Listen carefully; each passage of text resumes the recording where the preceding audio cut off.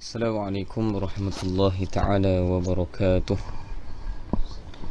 إلى حضرة النبي المصطفى صلى الله عليه وسلم، وإلى أزواجه وذرياته، وإلى أصحابه، وإلى التابعين، وإلى التابعين، وإلى العلماء والنقباء والنجباء، وإلى أولياء الصالحين، وإلى آبائنا وأمهاتنا، وإلى المسلمين والمسلمات والمؤمنين والمؤمنات، وخصوصا إلى مؤلف الكتاب شيخنا شيخ مولانا زكريا ابن مولانا يحيى رحمه الله تعالى بسير الفاتحة.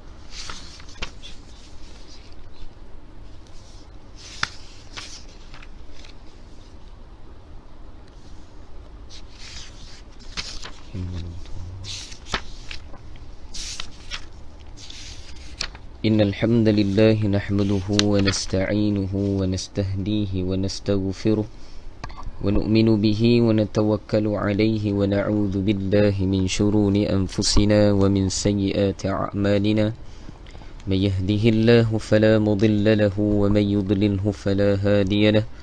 أشهد أن لا إله إلا الله وحده لا شريك له، ونشهد أن سيدنا ونبينا ومولانا وحبيبنا وطبيبنا وإمامنا محمدا عبده ورسوله لا نبي بعده. اللهم صل وسلم على نور أنوار وسير أسرار وترياك الأغيار ومفتاح باب اليسار سيدنا ومولانا محمدا المختار، وآله أطهار وأصحابه الأغيار عدد نعم الله وإفضاله.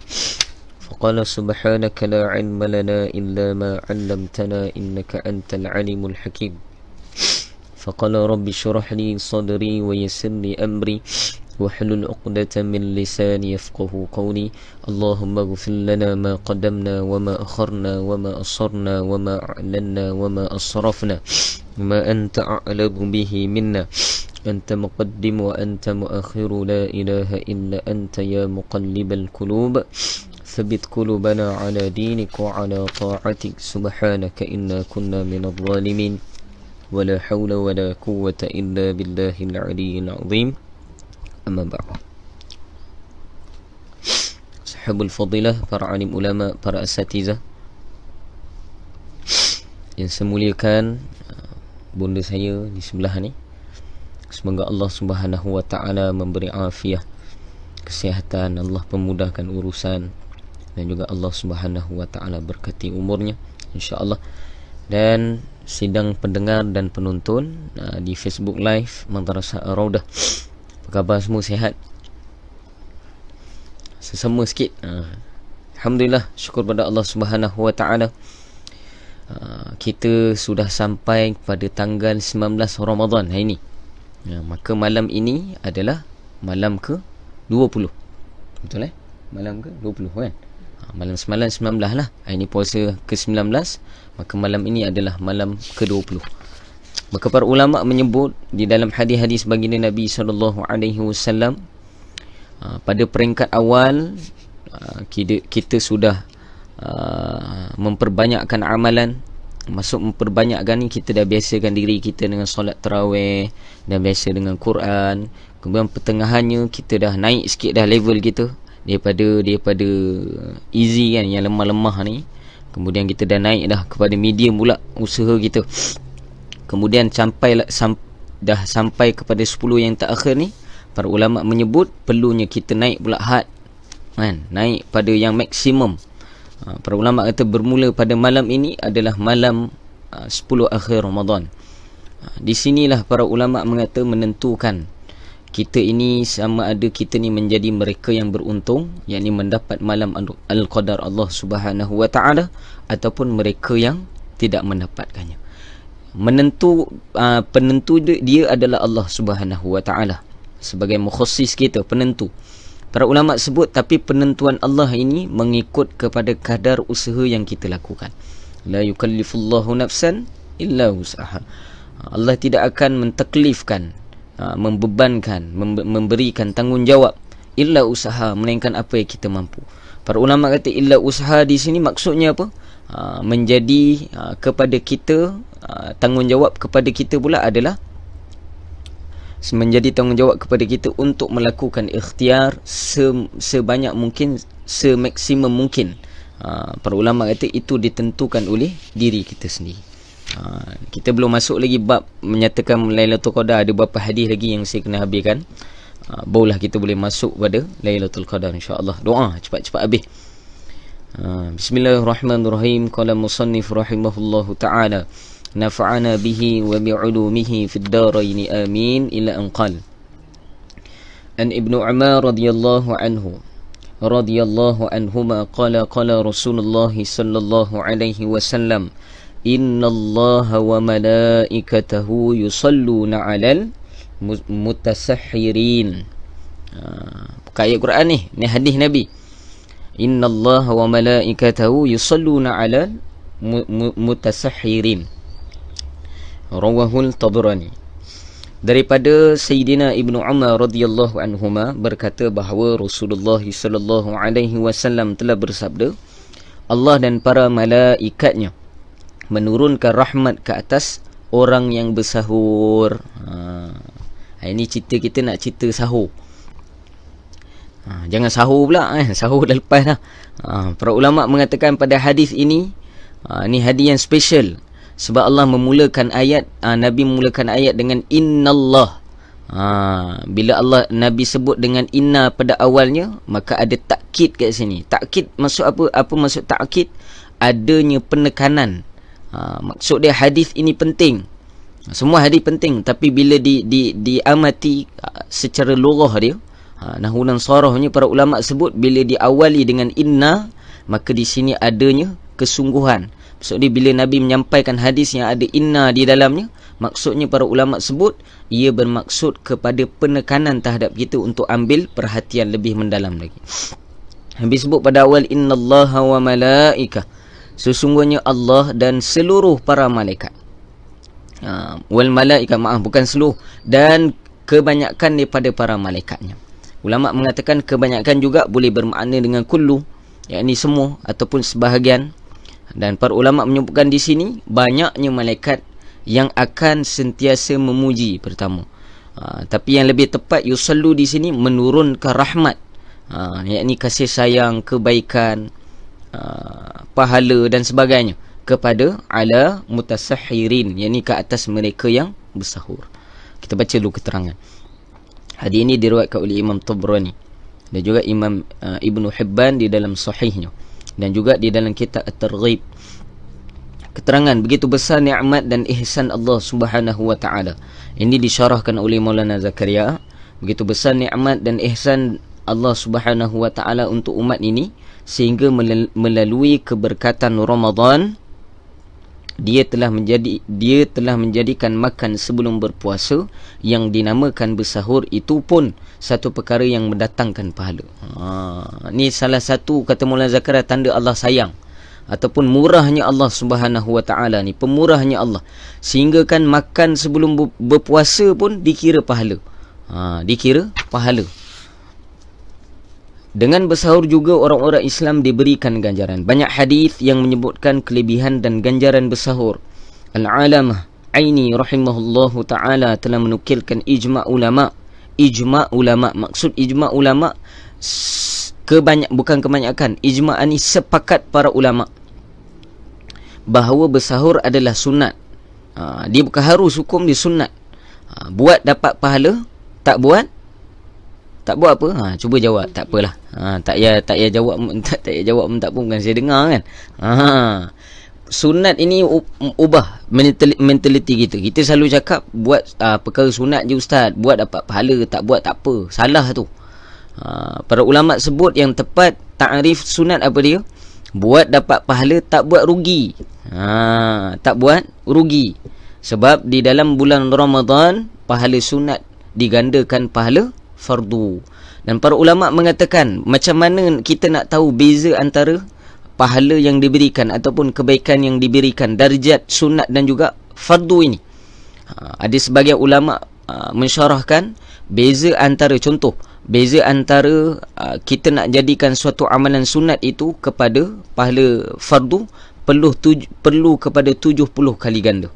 Contoh, mereka yang melakukan 2 rakaat fardu subuh, maka solat sunat yang menyamai pada solat fardu itu, sebagai ulama Allah kata paling kurang 70 rakaat barulah sama 1 rakaat dalam subuh. Jadi tak main-main dalam bulan Ramadan ni. Mereka yang mudah saja bangun makan pun dapat pahala sunat. Pahala sunat pula di bulan Ramadan ini dikira ganjarannya seperti fardu, 70 kali ganda. Bahkan mereka yang melakukan amalan fardu diganda lagi 70 kali ganda. Dia buat solat fardu subuh pada satu waktu di waktu Ramadan ini, di bulan Ramadan ni dia semayang subuh, maka dikira pahalanya seumpama dia melakukan 70 kali ganda, 70 kali solat subuh. Kemudian beliau juga menukilkan hadis-hadis daripada 17 orang sahabat tentang kelebihan bersahur. Alim ni dapat kumpulkan hadis pada 17 orang sahabat. Banyak sekali manusia yang terlepas daripada kelebihan bersahur kerana kemalasan, dan sebahagian yang lain pula selepas sahaja solat tarawih terus makan dan tidur. Mereka ini juga terlepas daripada ganjaran itu. Mulai Zakaria tulis ni memang dah nampak dah keadaan kita memang macam tu. Kadang-kadang kita ni malas sangat. Punya malas kita ni makan awal-awal, lepas isyak dah makan dah. Para ulama sebut dapat tak pahala sahur? Tak dapat. Sebab sahur waktunya adalah selepas pada 2/3 malam. Maka itu para ulama sebut itulah waktu bersahur. Bahkan Nabi kata lebih baik di antara kita ni sunat untuk memperlambatkan waktu sahur. Kita pula nak awal-awal pula kan, awal-awal waktu sahur, tak dapat pahala sunat itu. Dari segi bahasa sebagaimana yang ditulis dalam kamus, sahur adalah makanan yang dimakan ketika hampir waktu subuh. Nampak dalam kamus kata Maulana Zakaria, pada erti kata yang sebenar yang dikatakan sahur itu apa? Makanan yang dimakan ketika waktu hampir waktu subuh, yakni melepasi kepada 3/4 daripada malam. Selepas pada pukul 3, pukul 4 macam tu, waktu itulah dinamakan waktu sahur. Sebagian ulama mengatakan bahawa waktu sahur bermula setelah separuh malam berlalu. Ni yang saya sebut tadilah. Sementara penulis kitab Al-Kashaf pula menyatakan bahawa masa bersahur ialah 1/6 terakhir dari malam. 1/6 terakhir daripada malam. Maksud dia yang bahagian terakhir daripada malam tadi kalau dibahagikan kepada 6 bahagian, maka dia terletak pada yang akhir. Kalau kita bahagikan 4 bahagian malam kita, maka dia adalah bahagian yang terakhir, baru dinamakan sahur. Yakni seluruh malam dibahagikan kepada 6 bahagian dan masa bersahur adalah bahagian yang terakhir. Contohnya, jika tempoh dari terbenam matahari sehingga naik fajar shadiq adalah 12 jam, maka 2 jam terakhir adalah masa untuk bersahur. Maksud dia apa? Bila bermula waktu maghrib, para ulama sebut kita kira daripada mula waktu maghrib itu sampai waktu subuh ada 12 jam lebih kurang.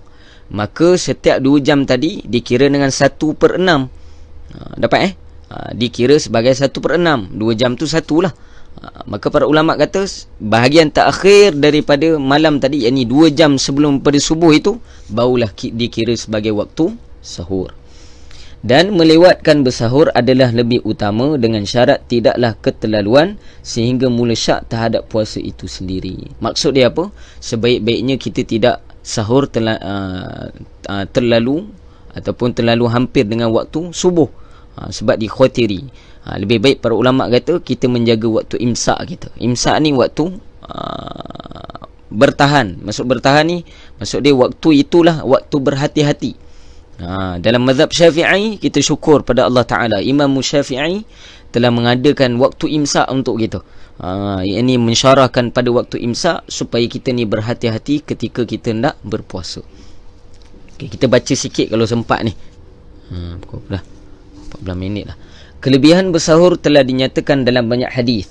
Nabi SAW telah bersabda, perbezaan antara puasa kita dengan ahlul kitab, yakni Yahudi dan Nasrani. Orang Yahudi dan Nasrani. Nasrani apa dia? Orang-orang Kristian. Beza kita antara puasa kita dengan puasa mereka adalah bersahur. Apa tanda beza puasa kita dengan mereka? Bersahur, kata baginda Nabi SAW. Mereka tidak bersahur. Dalam hadis yang lain, baginda SAW bersabda, bersahurlah kerana dalam bersahur terdapat keberkatan. Dalam hadis yang lain, baginda juga bersabda, tu sebelum masuk tu dulu. Dalam bersahur Nabi sebut, dinakalkan daripada Syekh Zakaria di sini, apa dia? Dalam bersahur ada keberkatan. Nampak? Bukan saja puasa, dalam sahur pun ada keberkatan. Apa yang dimaksud pada keberkatan di sini? Syarah guru-guru kami sewaktu mensyarahkan bab sahur ini, keberkatan di sini kita dah bahas. Berkat ni apa? Ziyadatul khair ilahi, bertambahnya kebaikan di sisi Allah Subhanahu wa taala. Maksud bertambah di sini adalah pada sudut makanan yang kita makan tadi, akan bertambah berkat. Apa tanda makanan berkat tadi? Akan membuahkan hasilnya kesihatan pada tubuh badan kita. Nak sihat tubuh badan, maka bangunlah sahur. Bangunlah sahur. Juga para ulama membahaskan di sini khusus untuk bulan Ramadan. Kalau kita nak badan kita sihat, bagi mereka yang nak diet ni, waktu diet makan yang paling baik adalah waktu sahur. Ingat, kita nak kurus ni, para ulama sebut bukan kerana kita kurang makan. Ada orang kata, Ustaz, saya nak kurus ni sebab kena kurang makan nasi. Ulama jawab ni, tok guru saya jawab lah, saya tak pandai nak jawab. Tok guru kata kalau makan nasi ni bukan sebab gemuk. Gajah tak makan nasi, gemuk je. Dia makan pisang je kan, makan daun-daun pun gemuk. Para ulama kata bukan kerana nasi tadi gemuk.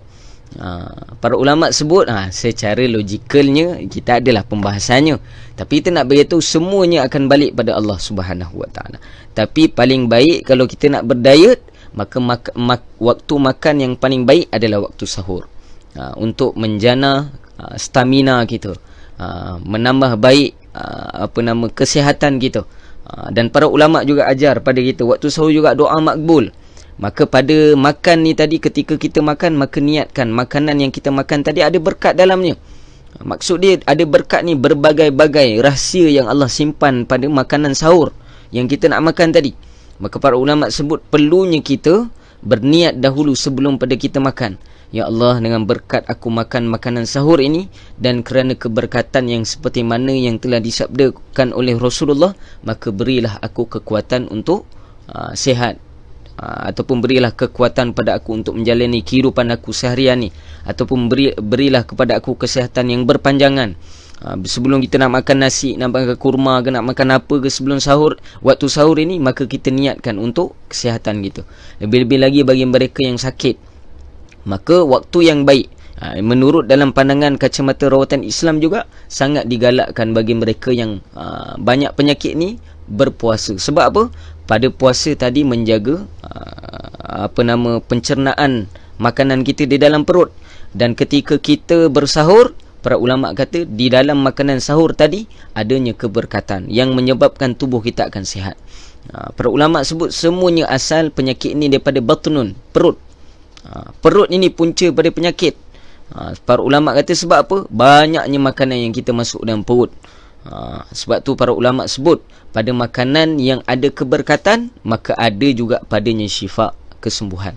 Maka rebut kita waktu sahur ni, makanlah apa pun. Di sini tak nyatakan makan apa, tapi para ulama sebut pada waktu makan sahur, makanan yang kita nak gunakan untuk makan sahur tadi adanya keberkatan di dalamnya. Maka rebutlah, jangan kita sia-siakan. Lebih-lebih lagi waktu Ramadan, waktu pula makbul, maka niatlah doa banyak-banyak dengan Allah. Semalam kita dah syarah dah doa macam mana. Para ulama sebut doa ini kadang-kadang kita ambil remeh terhadap doa ni, sehingga kan kita rasa doa kita ini tidak didengari oleh Allah Subhanahu wa taala.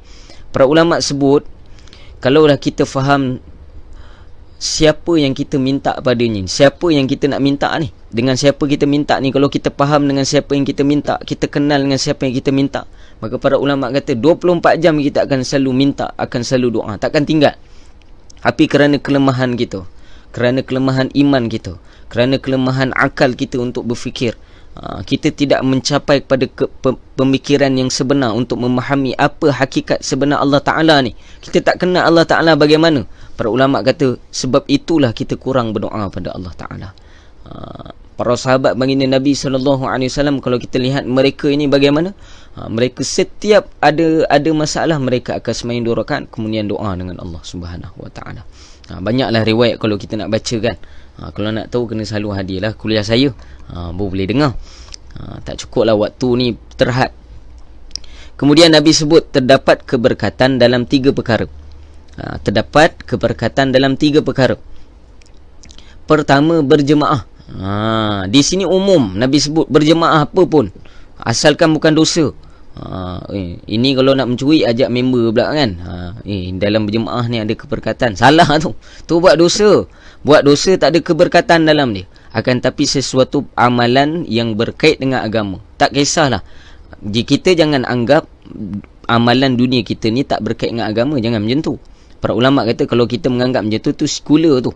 Fahaman sekularism. Mengasingkan agama dan juga dunia. Kerja juga ibadah. Maka para ulama kata nak menjadikan kerja kita sebagai ibadah, maka kita kena dahulukan amalan-amalan fardu dulu. Dan dalam setiap pekerjaan perlunya ada teamwork. Ni maksud berjemaah.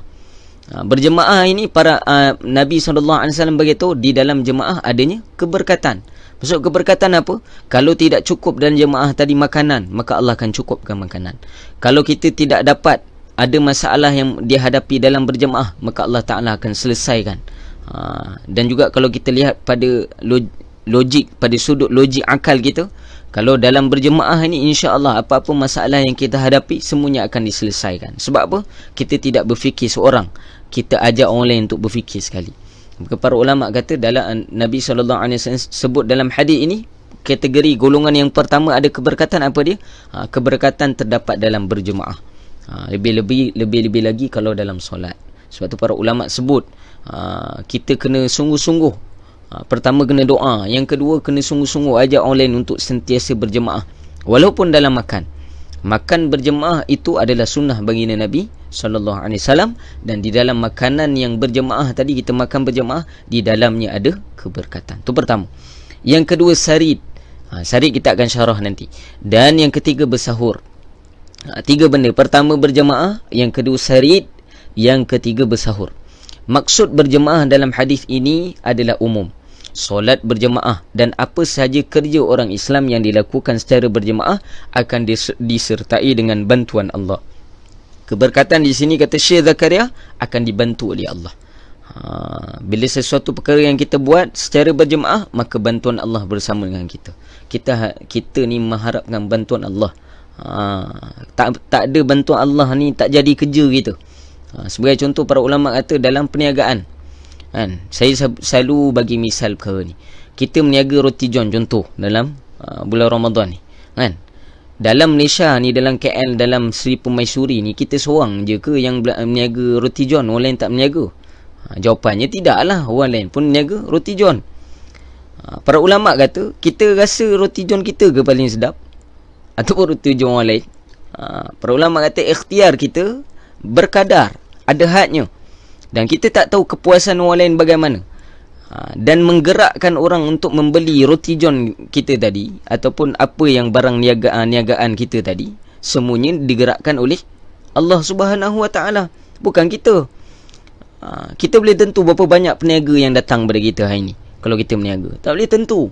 Bahkan para ulama sebut bagi mereka yang makan gaji, kita dapat gaji, kita tahu berapa banyak belanja untuk diri kita. Ada kalanya gaji tadi untuk postman, kadang-kadang untuk mekanik kereta, kadang-kadang untuk tol, kadang-kadang untuk minyak. Mungkin RM2 je untuk kita. Itu pun separuh. Beli roti john RM2, bukan RM2, roti john RM6.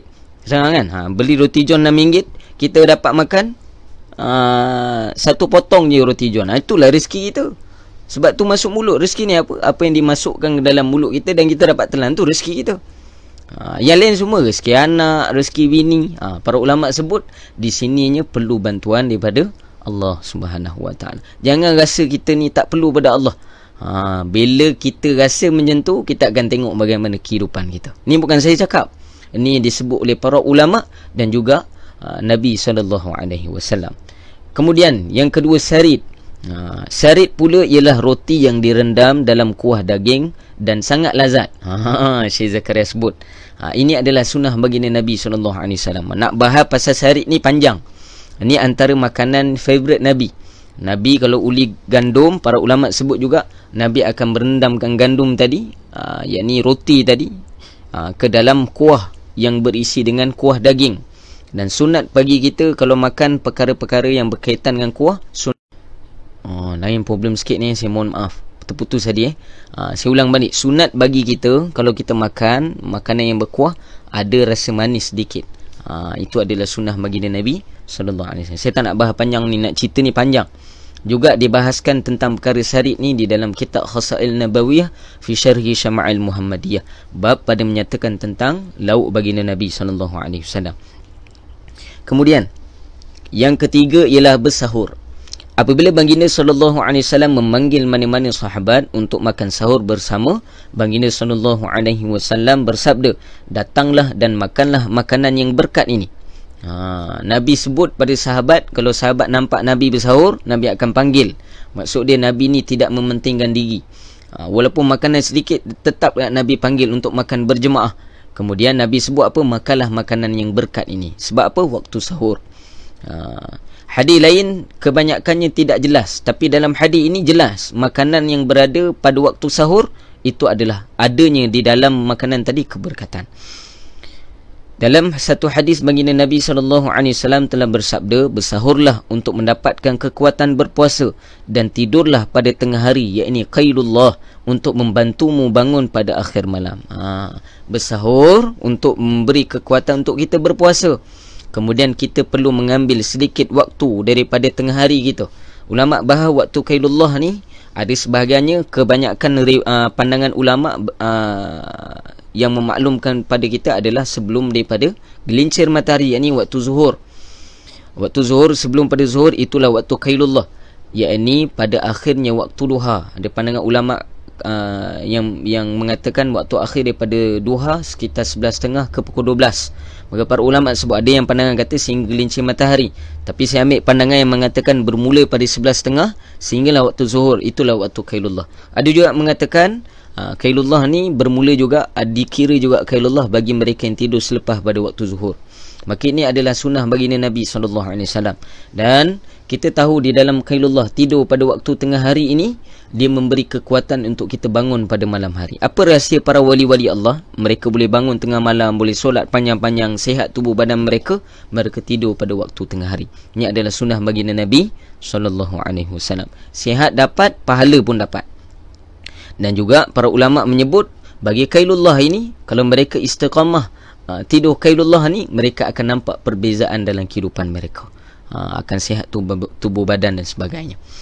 Kemudian Hadrat Abdullah bin Harith radhiyallahu anhu telah meriwayatkan daripada seorang sahabat bahawa beliau berkata, saya pernah bertemu Rasulullah sallallahu alaihi wasallam sewaktu baginda sedang makan sahur. Baginda sallallahu alaihi wasallam telah bersabda, bersahur adalah satu perkara yang diberkati, yang telah dikurniakan oleh Allah Ta'ala kepadamu. Janganlah kamu meninggalkan sahur. Ini kata Nabi. Baginda telah memberikan galakan untuk bersahur dalam banyak hadis, sehingga kan baginda telah bersabda, jika tiada apa-apa, maka makanlah walaupun sebiji tamar kering, dan minumlah walaupun seteguk air. Kalau tak ada sangat makanan, tu satu bab, ataupun lewat sangat nak sahur ni, minumlah seteguk air. Pastikan jangan lepas azan subuh. Ni lepas azan subuh Ustaz kata sahur ni ada berkat. Tu tak valid dah. Jangan buat macam tu pula Saya minta tolong jangan buat macam tu. Para ulama sebut kalau tak ada makanan, waktu dah lewat, minumlah walaupun seteguk air. Makanlah, bukan ulama begitu ni, Rasulullah SAW sini sabda, makanlah walaupun sebiji tamar kering. Tamar kering ni apa? Kecil je. Ataupun para ulama sebut juga makanlah walaupun sesuap makanan. Pun sama juga dimisalkan pada sebiji tamar kering tadi. Kerana kita memegang tamar kering kan seperti sesuap makanan. Maka ulama kata sesuap makanan pun dikira juga seperti bersahur, dan juga meminum walaupun seteguk air. Oleh kerana itu, hendaklah orang yang berpuasa mengambil berat terhadap amalan yang memberikan dua faedah ini, iaitu untuk kesenangan dan manfaat diri sendiri, di samping memperolehi pahala dengan percuma. Nanti kita akan bahaskan seterusnya. Panjang ni bahan ni. Ada 2 muka lagi. Jadi insya-Allah untuk bab yang pertama ini, bahagian pertama sahur ni, sebaik-baiknya kita jangan tinggalkan bersahur, sebab di dalam sahur ni ada keberkatan, adanya pahala. Dan berkat ni kita tak boleh bahas bagaimana berkat. Setiap orang berlainan keberkatannya. Ada Allah bagi keberkatan pada umurnya, Allah bagi berkat pada pada kesihatan tubuhnya dan sebagainya. Jadi keberkatan ni rahsia Allah Subhanahu Wa Taala. Ada orang Allah Taala beri berkat pada masanya. Sebenarnya kita lihat Imam Ahmad bin Hanbal dulu saya pernah cerita, itu tanda berkat lah. Berkat ni rahsia Allah Subhanahu Wa Taala. Kita tidak boleh faham bagaimana berkat ni, melainkan kita telah melalui rasa keberkatan tadi. Maka para ulama sebut setiap dari kita pernah merasai keberkatan tadi, sama ada kita sedar ataupun tidak sahaja. Maka ulama sebut perlunya pada kita ini sentiasa mengamalkan apa yang telah kita tahu. Dan pada hari ini kita tahu amalan bersahur ini adalah sunnah baginda Nabi, bahkan sangat digalakkan oleh Rasulullah SAW. Maka jangan pernah kita tinggalkan sahur. Boleh semua insya-Allah Itu saja pada saya insya-Allah untuk syarah hadis kelebihan Ramadan ini. Terus berkala untuk tengok live ni, sebab kita nak bahagikan pula tentang Lailatul Qadar nanti. Maka pada hari ini doa yang kita nak kongsikan, doa tentang kesihatan tubuh badan. Doa ini Nabi ajar sebaiknya kita doa. Kalau kita lihat dalam Maghfurat yang dikarang oleh Al-Syahid Hasan Al-Banna, Al-Syahid Syekh Hasan Al-Banna, dia mengambil pada warid hadis-hadis sahih baginda Nabi SAW. Doa kesihatan tubuh di sini, di dalam doa ini mendoakan 3 perkara. 1 sihat pada mata kita, penglihatan, 1 sihat pada pendengaran, dan 1 sihat pada tubuh badan kita. Apa doa ni Ustaz? Boleh ikut sama-sama. Bismillahirrahmanirrahim.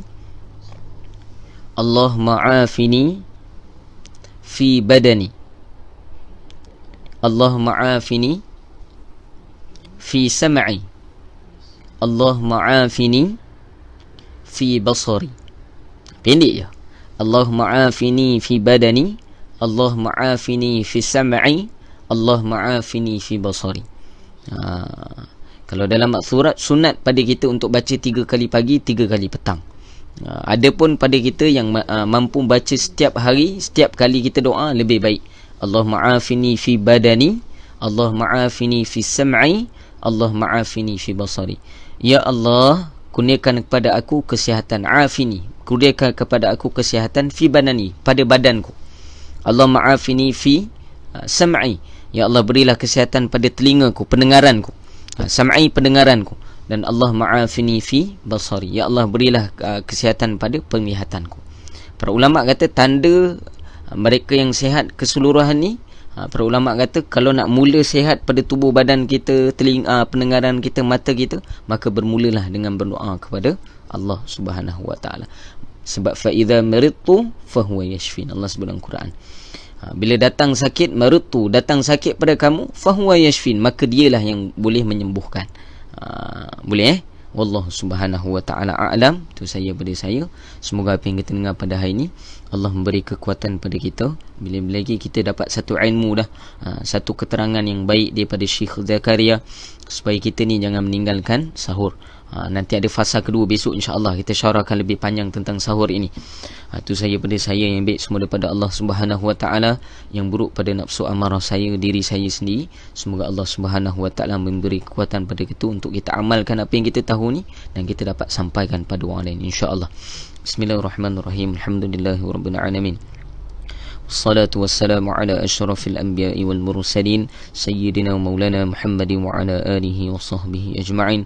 Allahumma ighfir lana dhunubana wa liwalidina warhamhum kama rabbawna saghara wajma'al muslimina wal muslimat wal mu'minina wal mu'minat al ahya minhum al amwat birahmatika ya arhamar rahimin. Allahumma afina fi badanina, Allahumma afina fi sam'ina, Allahumma afina fi basarina. Allahumma inna nas'aluka ridhaka wal jannatul firdaus ma'a rasulillahi sallallahu alaihi wasallam wa na'udzu bika min sakhatika wan nar. Allahumma innaka afuwun karim tuhibbul afwa fa'fu anna wa an walidina wa jami'al muslimina wal muslimat birahmatika ya arhamar rahimin walhamdulillahi rabbil alamin. Kalau kita nak jamakkan doa ni, maka kita tambah Allahumma afina fi badanina. Allah ma'afina fi sam'ina. Tadi Allah ma'afini, ni Allah ma'afina fi badanina. Macam doa kunut lah. Allah mahdini, kalau kita jamak Allah mahdina fi man hadait, kan? Samalah dan doa ni. Allah ma'afina fi badanina, Allah ma'afina fi sam'ina, Allah ma'afina fi basarina. Wallahu subhanahu wa ta'ala alam. Saya ada iklan sikit, insya-Allah pada jam 8.30 nanti saya ada buat live lagi di masjid, di Facebook page ataupun di Facebook Masjid As-Sadiqin Taman Kobina, membicarakan tentang sirah di dalam bulan Ramadan. Jadi semoga Allah Subhanahu wa taala beri kekuatan bagi itu untuk istiqamah dalam bulan Ramadan ni. Itu saja pada saya, insya-Allah. Wabillahi taufiq wal hidayah. Wassalamualaikum warahmatullahi taala wabarakatuh.